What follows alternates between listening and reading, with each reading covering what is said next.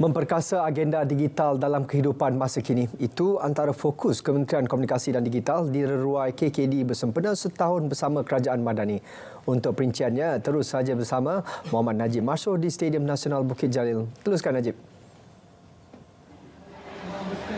Baik, terima kasih langsung seketika dari perkarangan Stadium Nasional Bukit Jalil. Sekali lagi untuk saya membawakan perkembangan semasa mengenai dengan setahun bersama Kerajaan Madani. Dan ketika ini saya berada di Reruai Kementerian Komunikasi dan Digital tidak bersendirian. Saya bersama-sama dengan menterinya, Fahmi Fadzil. Assalamualaikum YB, apa khabar? Assalamualaikum, alhamdulillah. Baik YB, apa yang YB harapkan bersempena dengan julung kali program seumpama ini diadakan di Malaysia?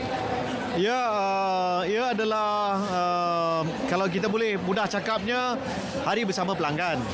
Ya, dan kita dah kumpulkan semua kementerian, semua agensi, semua pelbagai GLC untuk turut serta sepanjang 3 hari dari 8 hingga 10 hari bulan. Pagi tadi sahaja daripada pukul 9 sampai pukul 12 kita anggarkan dalam 16,000 orang telah hadir dan sudah pasti sehingga sekarang sekitar jam 5 ni saya rasa ramai yang datang. Tapi kita jangkakan sepanjang 3 hari ni mungkin 200,000 orang akan hadir. Macam-macam disediakan. Saya singgah booth Prima tadi, dia kata lucky draw dia boleh menang rumah. Jadi kalau di KKD tadi kita ada boleh menang handphone. Tapi dia menang rumah, itu lain level dia. Tapi kalau di pelbagai reruai yang ada, booth-booth yang ada macam-macam yang disediakan. Kalau di KKD kita ada contohnya My Campaign Saya Digital. Ya, jadi kita dapat tengok boleh main game, macam-macam game kita ada dan macam-macam perkara yang boleh diajar tentang aspek digital. Kita jangkakan untuk tahun yang akan datang ni, salah satu perkara yang akan menjadi fokus bagi kementerian dan juga kerajaan ialah ekonomi digital. Ya, jadi memang di KKD kita akan fokuskan aspek digital. YB, saya juga difahamkan yang mana YB berhasrat untuk mengembangkan lagi program seumpama ini di peringkat daerah ataupun negeri-negeri YB. Ya, insya-Allah kita akan berbincang dengan pihak Jabatan Penerangan untuk tahun yang akan datang. Yang kita lihat ada manfaat, contohnya melalui pusat-pusat ekonomi digital. Bekerjasama dengan Jabatan Penerangan dan agensi-agensi yang lain untuk memperagakan dan meningkatkan kesedaran komuniti setempat tentang usaha dan ikhtiar Kerajaan Perpaduan, Kerajaan Madani, terutama dalam perkara-perkara yang mendatangkan manfaat terus kepada mereka, seperti skim STR ataupun e-Madani, jualan rahmah, dan package 5G rahmah. Jadi kita nak tolong pastikan ia sampai ke peringkat akar umbi bersama-sama dengan Jabatan Penerangan. YB, mungkin sedikit saranan ataupun mengambil peluang di saat ini untuk mengajak mereka sama-sama hadir sepanjang 3 hari program ini berlangsung YB.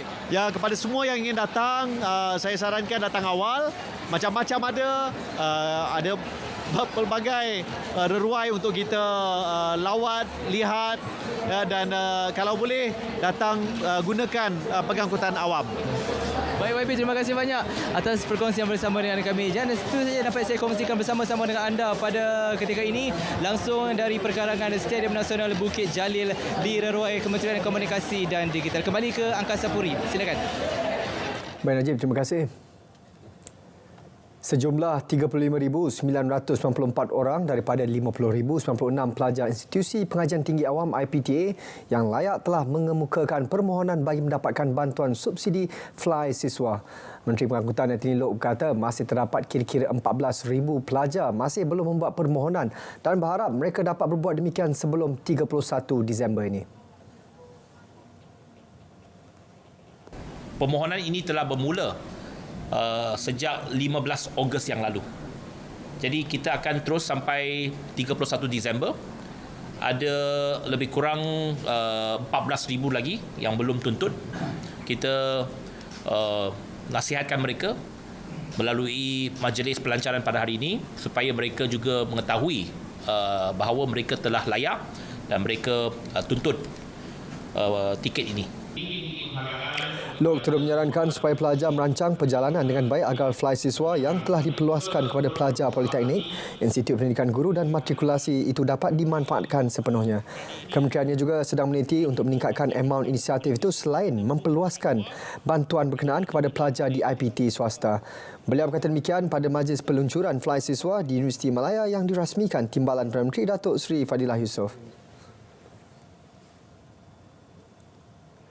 Seorang Presiden Pertubuhan Badan Bukan Kerajaan NGO ditahan Suruhanjaya Pencegahan Rasuah Malaysia SPRM kerana disyaki terlibat sindiket penjualan darjah kebesaran pingat persekutuan palsu melibatkan jumlah RM2 juta. Menurut SPRM, 4 lelaki termasuk Presiden NGO berkenaan serta 2 wanita yang berusia 30 hingga 50-an itu ditahan di lokasi berasingan antara 30 November dan Rabu lepas. Sindiket itu dipercayai mula aktif sejak tahun 2020 dan telah memperdayakan beberapa mangsa membabitkan kerugian beratus ribu ringgit dengan menunjukkan gambar dan surat dokumen daripada sebuah agensi kerajaan. Beliau kata sindiket itu mengenakan bayaran berbeza mengikut darjah kebesaran. Misalnya gelaran Datuk bernilai kira-kira RM150,000, Datuk Seri RM250,000, manakala Tan Sri bernilai kira-kira RM2 juta.